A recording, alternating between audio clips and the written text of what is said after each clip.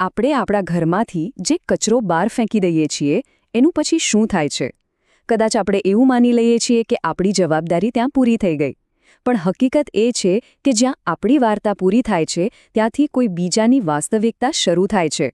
તો ચાલો આજે એ અદૃશ્ય સફરને સમજીએ અને એ લોકોની દુનિયામાં ડોકિયું કરીએ જેઓ આપણા છુપાવેલા સત્યનો રોજ સામનો કરે છે. આ વાક્ય ઘણું બધું કહી જાય છે નહીં? સફેદ પેકેટ, જેમાં આપણે એ બધી જ વસ્તુઓ છુપાવી દઈએ છીએ જે આપણે નથી ઈચ્છતા કે કોઈની નજરે ચડે. પણ શું ખરેખર છુપાવી દેવાથી એ વસ્તુ ગાયબ થઈ જાય છે? ચાલો આ વાતને જરા વધુ ઊંડાણથી સમજીએ. તો હવે આપણે આખી વાર્તાને સમજીશું કમલાબેનની નજરથી. એ એક સફાઈ કામદાર છે, જેમનું રોજિંદુ જીવન આપણી કચરા ફેંકવાની આદતો પર સીધું નિર્ભર છે. ચાલો એમની આંખોથી એ દુનિયા જોઈએ જેને આપણે ઘણીવાર જાણી જોઈને નજરઅંદાજ કરી દઈએ છીએ. કમલાબેન માટે દિવસની શરૂઆત જ એક તીવ્ર ગંધથી થાય છે. એ એવી ગંધ છે જે આપણા નાક સુધી ક્યારેય નથી પહોંચતી, પણ એમના માટે તો એ શ્વાસનો એક ભાગ બની ગઈ છે. એ માત્ર ગંધ નથી, એ એમના કામના વાતાવરણની કડવી વાસ્તવિકતા છે. અને વાત અહીં ખાલી ગંધની નથી, એક બીજી મોટી સમસ્યા છે. જે કચરો આપણે એક થેલીમાં પેક કરીને ફેંકીએ છીએ તેને રખડતા કૂતરા ફાડી નાખે છે, અને પછી અંદરનો બધો કચરો બહાર.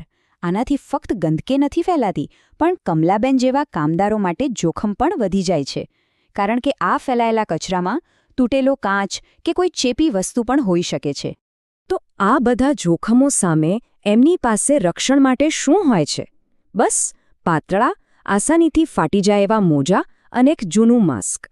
આ સુરક્ષા સાધનો ખરેખર અપૂરતા છે, અને એ આપણને યાદ અપાવે છે કે આપણી નાની બેદરકારી એમના સ્વાસ્થ્ય માટે કેટલો મોટો ખતરો બની શકે છે. પણ આ બધી તકલીફનું મૂળ ક્યાં છે? શું ફક્ત સિસ્ટમ જ જવાબદાર છે? ના, આ વાર્તાનું બીજું પાસું આપણા ઘરોમાંથી શરૂ થાય છે. ચલો મળીએ પૂજાને, જે સોસાયટીમાં રહે છે અને જેમના માટે અમુક પ્રકારનો કચરો એક ખાનગી બાબત છે. આ એક વાક્ય આખી માનસિકતા સ્પષ્ટ કરી દે છે. મુખ્ય હેતુ જવાબદારીપૂર્વક નિકાલ કરવાનો નથી, પણ તેને કોઈની નજરથી છુપાવવાનો છે. જાણે કે જે દેખાતું નથી એનું અસ્તિત્વ જ નથી. Out of sight out of mind, બસ એ જ વાત. સેનિટરી પેડ્સ અને નેપીઝ જેવી વસ્તુઓનો નિકાલ કરવાની આ એક એકદમ ઓટોમેટિક પ્રક્રિયા બની ગઈ છે, ખરું ને? વાપરો, વાળો અને ફેંકી દો, બસ. આ 3 સ્ટેપમાં ક્યાંય એ વિચાર નથી આવતો કે આ પેકેટ આગળ ક્યાં જશે અને કોના હાથમાં જશે. આ માત્ર એક આદત છે જેના પરિણામો કોઈ બીજું ભોગવે છે. અને જ્યારે કચરાના ઢગલાને લીધે સોસાયટીમાં સમસ્યા થાય છે ત્યારે શું થાય? શરૂ થાય છે બ્લેમ ગેમ, એકબીજા પર દોષારોપણ. કોઈ પોતાની જવાબદારી લેવા તૈયાર નથી હોતું. અને આ બધાની વચ્ચે આખરે તો કમલાબેન જેવા લોકોને જ આ ગંદકીનો સામનો કરવો પડે છે. પણ પછી એક દિવસ એવો આવ્યો જ્યારે એક રહેવાસીનો છુપાયેલો કચરો અને સફાઈ કામદારની કડવી વાસ્તવિકતા એકબીજાની સામસામે આવી ગયા, અને એક ક્ષણે બધું બદલી નાખ્યું. પૂજાની નજર સામે એ જ દૃશ્ય હતું જેને તે હંમેશા છુપાવવાનો પ્રયત્ન કરતી હતી. જે એના માટે ખાનગી હતું તે હવે બધાની સામે ખુલ્લું પડ્યું હતું. એ ક્ષણે જે શરમનો અહેસાસ થયો હશે એ કદાચ શબ્દોમાં વર્ણવી ન શકાય. અને કમલાબેન, એ તો બસ એક સેકન્ડ માટે અટક્યા. એમના ચહેરા પર કોઈ ગુસ્સો કે ફરિયાદ નહોતી. એમણે બસ શાંતિથી પોતાનું કામ ફરી શરૂ કરી દીધું, કારણ કે એમના માટે તો આ રોજની વાત હતી. અને પછી કમલાબેન જે બોલ્યા એ સીધું દિલ પર વાગે એવું હતું. એમના શબ્દોમાં કોઈ આરોપ નહોતો, બસ એક સરળ હકીકત હતી. એમણે બહુ શાંતિથી જવાબદારી પાછી રહેવાસીઓ પર નાખી દીધી. બસ એ એક ક્ષણ પૂરતી હતી. સત્ય સાથેના એ નાના અમથા સામસામા મુલાકાતે એક મોટો બદલાવ આણ્યો. જાગૃતિ હવે નક્કર પગલામાં ફેરવાઈ રહી હતી. તો આ બદલાવ કેવો દેખાયો? અહીં જુઓ, પહેલા અને પછીનો તફાવત એકદમ સ્પષ્ટ છે. પહેલા જે કચરો ખાલી ન્યૂઝપેપરમાં લપેટીને ફેંકી દેવાતો હતો એ હવે સરખી રીતે પેક કરીને, ટેપ લગાવીને અને એક અલગ માર્ક કરેલી થેલીમાં મૂકાતો હતો.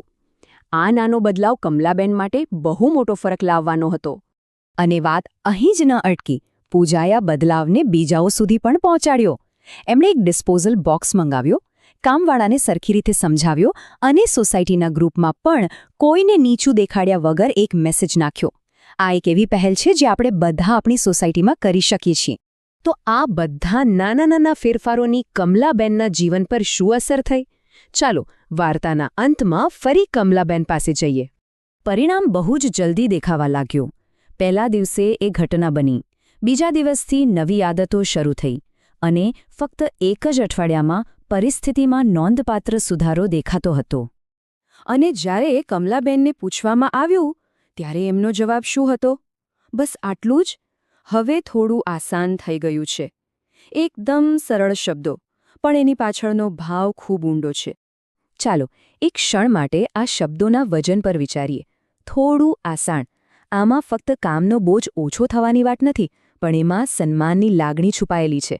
એ અહેસાસ કે કોઈક તો છે જે એમના વિશે, એમની સુરક્ષા વિશે વિચારી રહ્યો છે. એટલે જ આખી વાર્તાનો સાર એ છે કે નાનું બોક્સ ખાલી કચરો નાખવાનું સાધન નહોતું. એ તો એક બદલાયેલી વિચારસરણીનું પ્રતીક હતું. છુપાવાની માનસિકતામાંથી જવાબદારી સ્વીકારવાની માનસિકતા તરફનો એક મોટો અને જરૂરી બદલાવ. અને અંતે આખી વાત આપણને એક સવાલ પૂછવા પર મજબૂર કરે છે. આપણો સાચો આદર ક્યાં દેખાય છે? શું ફક્ત આપણા ઘરની 4 દિવાલોની અંદર, કે પછી ઘરની બહાર જે વસ્તુઓ જાય છે તેની સાથેના આપણા વ્યવહારમાં? આનો જવાબ આપણે સૌએ પોતાની જાતને પૂછવાનો છે. એક કદમ વિકસિત ભારત કી ઓર.